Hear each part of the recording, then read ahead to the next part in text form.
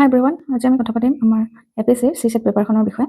চিছেট পেপাৰখনত 80 question থাকে আৰু তাতে কোৱালিফাই কৰিবলৈ হ'লে আপোনালোকে 66 আৰু মাৰ্ক পাব লাগে আউট অফ 200, which is 33%।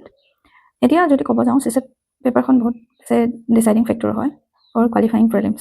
আৰু কোনটো বছৰত কেনেকুৱা ধৰণৰ কুৱেশ্যন আহে সেইটো প্ৰেডিক্ট কৰিবলৈ অকণমান দিগদাৰ হয়। তাতে এটা পাৰ্ট থাকে ৰিজনিং আৰু কম্প্ৰিহেনশ্যন, ৰিজনিং আৰু বেছিক মেথমেটিক্স। এতিয়া যদি আপোনাৰ কোনোবা এটা পাৰ্টত আপুনি ষ্ট্ৰং হয়, তেতিয়াহ'লে আপুনি বাকীখিনি অলপকৈ আপোনালোকে চাব পাৰে।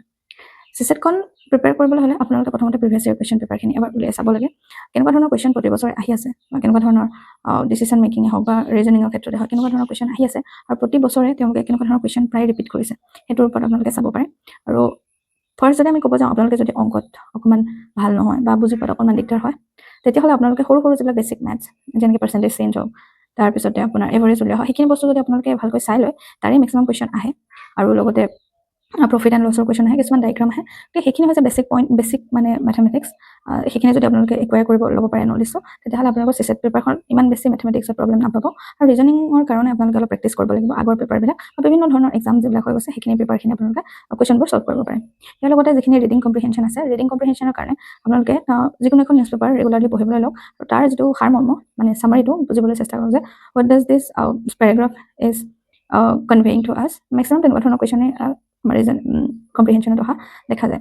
সেয়েহে এপিএছচি চিছেট পেপাৰখন কেতিয়াও ইগন'ৰ কৰিব নালাগে, কিন্তু নিজৰ ষ্ট্ৰেংথ এণ্ড উইকনেছটো চাই ল'ব লাগে। যদি পেপাৰখন আপোনালোকৰ যিকোনো এটা পাৰ্টত উইকনেছ আছে, সেই উইকনেছটো আপোনালোকে অলপ হ'লেও নোহোৱা কৰিব লাগে। কেতিয়াও এটা বস্তুৰ মানে এটা বিষয়তে ইম্পৰ্টেঞ্চটো দিব নালাগে। যেনেকৈ মই যদি কম্প্ৰিহেনশ্যনেই পাৰোঁ, তেতিয়াহ'লে মই কম্প্ৰিহেনশ্যনে যদি ফ'কাছ কৰোঁ, তেতিয়াহ'লে এইবাৰ পেপাৰখন যদি চাই, তেতিয়াহ'লে সেই অকল কম্প্ৰিহেনশ্যন কৰাখিনিৰ কাৰণে অকণমান প্ৰব্লেম হ'ব, কাৰণ এইবাৰ ৰিজনিঙো টাফ আহিছে। কিন্তু মেথমেটিক্সখিনি চাব গ'লে দেখাত বহুত টাফ যেন লাগিছে, কিন্তু সেইখিনি প্ৰায় উজু।